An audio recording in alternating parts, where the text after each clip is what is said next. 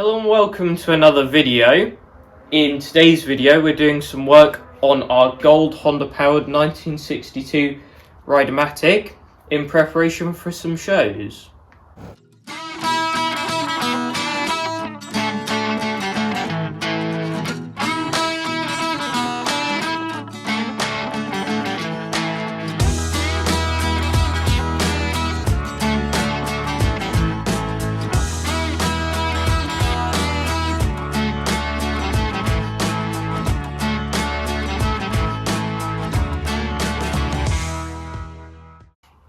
Now, once again, we've given ourselves a nearly impossible deadline to work to when it comes to shows. This is going to a show in 2 weeks' time, which means that anything that doesn't get done today needs to get done next week, otherwise it isn't going to be done before the show. And I'm sure we'll have to get some parts for this, which means we need to find out what those parts are today. So we'll be doing a bit of an assessment. Now, this tractor gets used pretty much every day, so we know pretty much what's wrong with it, or there's definitely some problems that we're aware of, and we want to give it a good service and do some decent maintenance on it because it gets used every day. So we'll jack this up and have a look around it. We have jacked the tractor up now, and we will kind of go through the bits that we already know, and with it being in the air, that kind of helps to demonstrate some bits. So if I do this, you can see the wheel is kind of pivoting on the stub axle there, which is the wheel bearings. There's also a massive amount of kind of float space for this wheel to move side to side, so we need some spacers or shims in there. Then if I kind of lift this up to the point where the axle locks, you can see huge amounts of wear in the front axle there where the stub axles go in. But on a 1962 Rideamatic from the factory, they had bronze bushings in there, so hopefully we can tap out whatever's left of the old ones, which I suspect won't be much, and put new ones in there. That shouldn't be too bad. Now, there is a bit of movement in this top part here, but I'm not sure we can really do much about that. Hopefully if we just replace that roll pin, that can go part of the way to fixing that. Now, I mean, there's a little bit of movement in this rod end, same with this one. There's quite a bit in this one down here, and there's also a bit of movement in the quadrant, which we're not really going to be able to do much about at the moment, but we'll replace the rod end, seeing as that's not too big of a job. And the centre pivot for the front axle, if I give this a wiggle, you can see plenty of movement in there, and we have a new bolt for that. And we also need to make up the kind of tube part or pipe part that goes through both of these kind of front axle holding brackets and through the axle, which that is a bit of lathe work. Now, while we're at the front end here, we'll talk about this tow hitch that we made up quite a while ago, which was made up so that Dad could tow me around the show ring at shows that we went to, because obviously a few years ago I was even further away from getting a driver's license, so I was definitely not allowed to drive around on my own. So we used this to tow me, which is a bit of 3-inch angle iron like this, that we kind of used a Bolens tube frame tow hitch to make this shape and cut that shape out of it. Now, it did the job at the time, and these top parts kind of wedge against the chassis here, so that doesn't pivot at all, which is quite helpful. However, the rest of it doesn't look great, I can't lie. It's the wrong colour compared to the chassis and everything, obviously. So we might think about changing that to make this a gold. And also, these front axle brackets on the Rideamatic kind of taper downwards and curve downwards. Now, we're not going to be able to match the profile exactly, because then we'd be taking chunks out of the actual tow hitch part here, but we're thinking if we kind of cut out a section like this, so that it starts at the point where on here this kind of starts to taper down, and that tapers down to the tow hitch bit, I think that could make that look quite a bit better than it currently is. So we'll have a look at improving that, and it's got to come off anyway when we take the front axle off, so might as well do that at the same time. Now you can see all in here the muck from the grease being chucked off the Rideamatic. Now obviously we will re-grease that, so it'll all get covered in fresh grease, but at least we'll be getting rid of most of the dust and dirt and everything like that. Now, as you can see here, the chain goes the wrong side of the chain tensioner, so we'll have a look at what we can do about that, whether the chain's too long to put it the other side and stuff like that. And the back axle here, we noticed this while we were ploughing at shows before. There's quite a bit of movement in the bushings on this rear axle and differential, and it's the same on both sides, I think.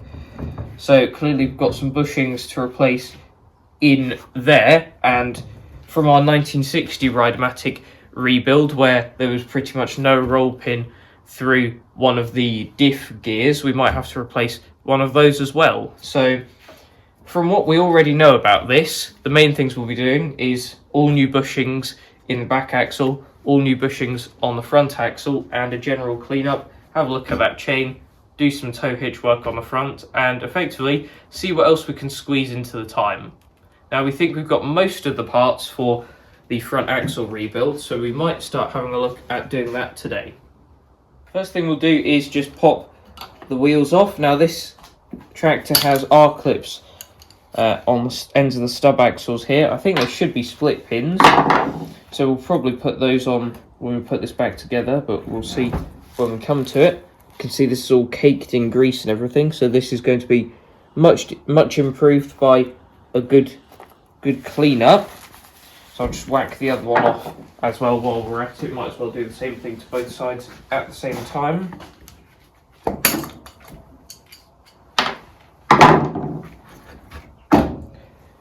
There we are. So those wheel bearings will need to be knocked out in a minute, and then what we did on the 1960 Rideamatic was we actually drilled the old wheel bearings out and put a bronze bushing inside of those effectively, because I don't think we were too impressed with our replacement wheel bearings that we got, but we'll have to see whether these are the right size to do so. Now next we're going to take off all of the tie rod ends, or disconnect them from the various places, and something we've noticed over the years is that this seems to dig into the axle there, which I assume is from this wear in this stub axle, so hopefully when we get that fixed that should stop digging into that. So if I just quickly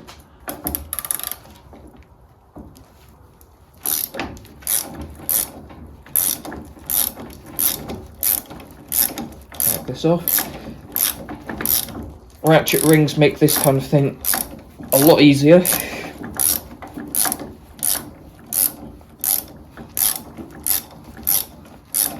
Since this is pretty much the same process on all of them, I'll just show you this one and then we'll whack the rest of them off camera.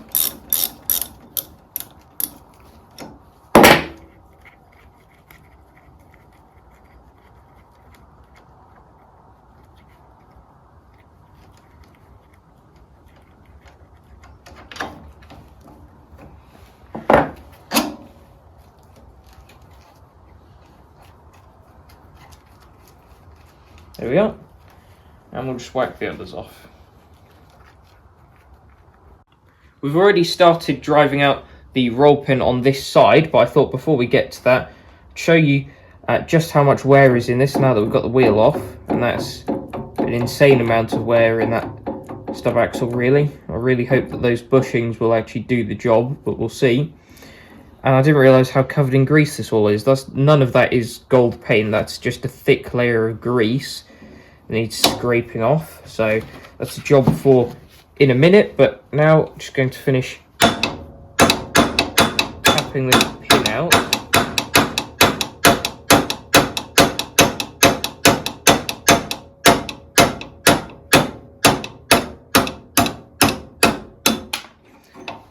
Not fully sure where that roll pin went, but it went. Just remove this out. You can see the bronze in there, so there's still some of the bronze bushing left in that stub axle. Surprisingly, can't be much of it left. Must be wafer thin. And we'll get this cleaned up in a minute so that you can better see kind of what's left of the stub axle, or if we've got any damage there. But we just need to do the same thing on the other side. Obviously this one has this part on the top as well, which has got to come off before the stub axle can go down. Now to undo this bolt that goes through the front axle. Now we're not fully sure what's going to happen here, because in theory it shouldn't drop, because there should be a pipe going through all of that. But as we saw on our 1960 Rideamatic, they often break and disintegrate to the point where they aren't structural at all. So we'll have to see what happens. Just undo the nut on the other side here. And then, safe to say, once we've got this bit off, which is effectively the final piece of the puzzle for the front end here, we're going to have a monster clean up. I mean, I'm getting covered in rubbish just trying to take this apart. So if I kind of use... Okay, well that's the bolt coming out. I don't see the sleeve in there. Although I'm sure we'll be able to get a look at it in a little while. I'm going to make a bit of space on the bench for it. Plonk this down.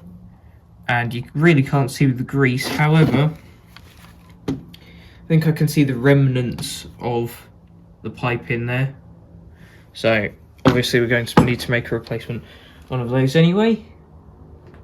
Don't think those holes look too ovaled, but we won't really know until we have our cleanup. So we will do that and get back to you. We've had a good cleanup of all the parts, and this is what we've seen.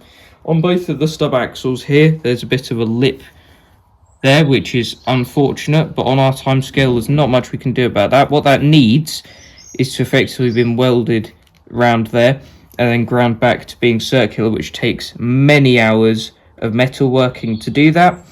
So that isn't going to be a job for before this show. However, putting the new bushings in the front axle will definitely make a big difference there, because you can see this one's got a little bit of thickness left on that side. This one's pretty much worn all the way through. So this is pretty much as worn as these can get without causing permanent damage to the cast part of the axle. So definitely at the right time to switch these. Wouldn't want to leave it any later at all, really. Then when it comes to the tube that goes through the front axle, you can see that's just completely disintegrated, much like the 1960 Rideamatic, as we kind of expected. And on this bolt, it's kind of worn on this part here. Feel a bit of a lip, probably can't see it on camera, but you can feel it. And then the threads there are damaged as well, and the washer's a bit chewed up too. The hole in here is a bit ovaled, not too bad, so we think that shouldn't be too much of an issue. Now, parts wise, got a new bolt here with washers, new lock nut, everything like that, so that's all good. We have this bit of seamless tubing, which, as you can see there by the fact that it says 60 RAM on there, this is what we used in our 1960 Rideamatic project. And if we abbreviate things to RAM, by the way, that's short for Rideamatic, which we think with a bit of cleaning up, this will go in here. And this also goes through the front axle, as you can see. So that's what we're going to use to make up our new tube parts to go through the centre of there. And then we've got plenty of these bushings, which are the ones that go in the front axle here to each side. And these are also what we're going to use for the wheel bearings, which we'll show you a bit later on, but that's not now's a problem. We've also found some split pins of the right size for the wheels on the outside there. And also we've got loads of different shims. You may remember there was literally no shims on there before, but we've got plenty now. Hopefully they should stop the wheels from moving about like they were before. Now we're going to start with the bushings on the front axle here, and we don't have easy access to our press at the moment, which is what we would usually use for getting these out and pushing these in. However, there are other ways of doing this, which I'll show you now. We tend to use one of these kind of tapered chisels, and want to push this down into the hole until you kind of feel the lip of the bushing. Then get someone to hold the other end, like my cameraman is, or you can hold it yourself or clamp it with a vice or something, and give it a good smack and hope that that knocks out the bushing.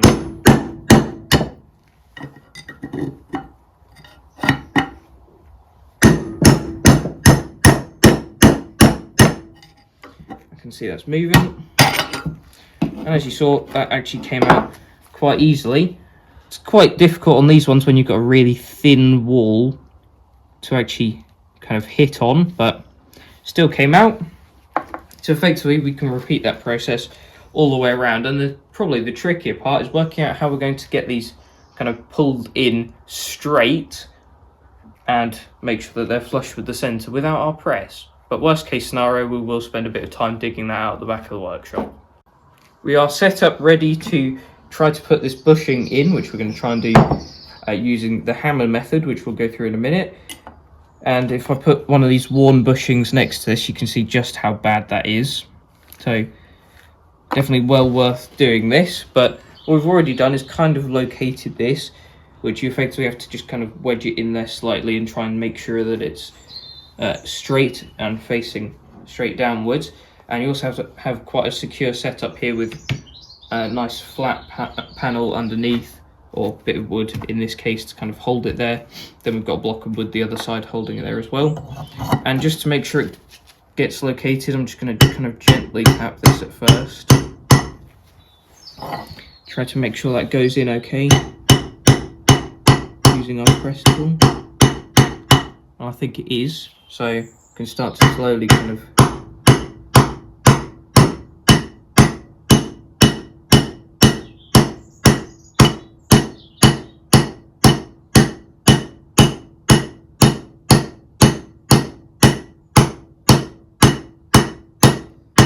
keep hitting it down. And the advantage of this press tool is it's got a flat surface, so we'll know when it's flush.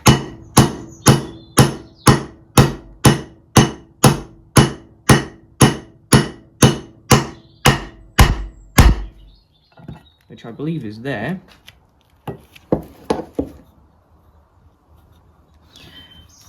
All good? Yeah, it's good. I was just checking to see if by hitting it, it had damaged the side, but I don't think it has. So that's good. Good. Lovely. So we will now reset and get ready for the next one. Now on this second side, this is the second one we're putting in. And when it comes to fitting these stub axles, they're going to be pretty tight with these bushings. So we might have to put an adjustable reamer through them effectively, just to make sure that all fits.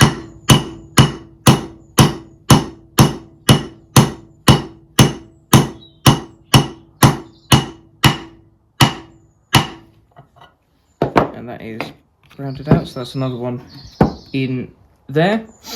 And we've got two more to do, which is the underside of this, which we'll have to work out how we're going to kind of hold that, and we'll do those off camera.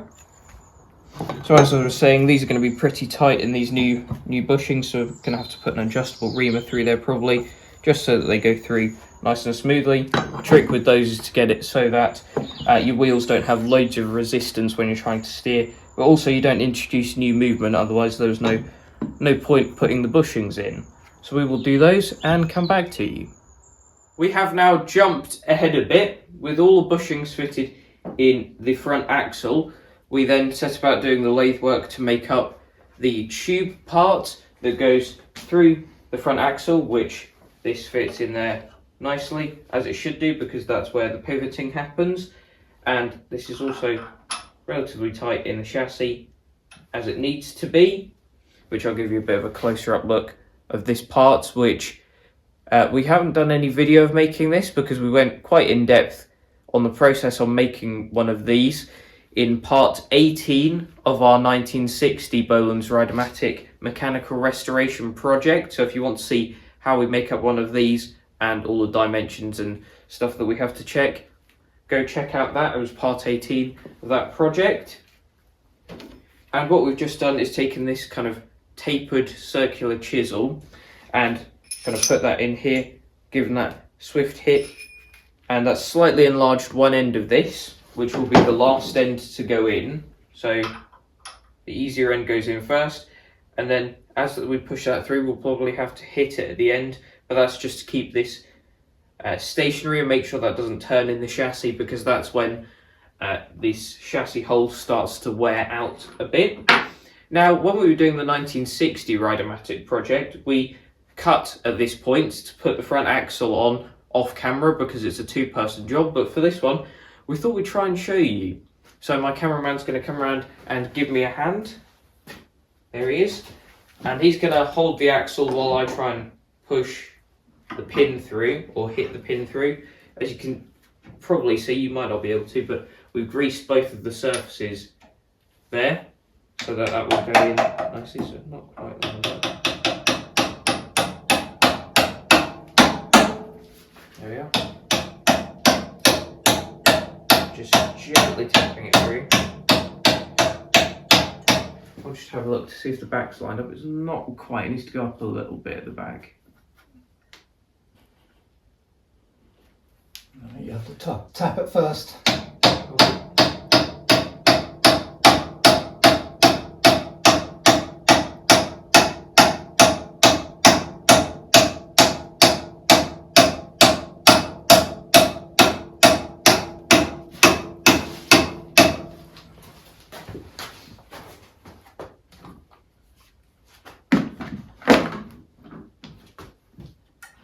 Right, keep going.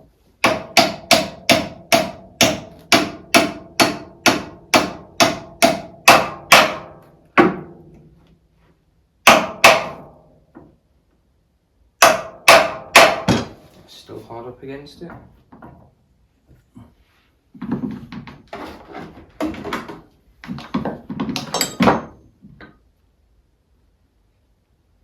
Right now. Hard up against it still. Yeah, it's still not moving. Right, we'll be back in a second. Just got to sort out this lining up issue.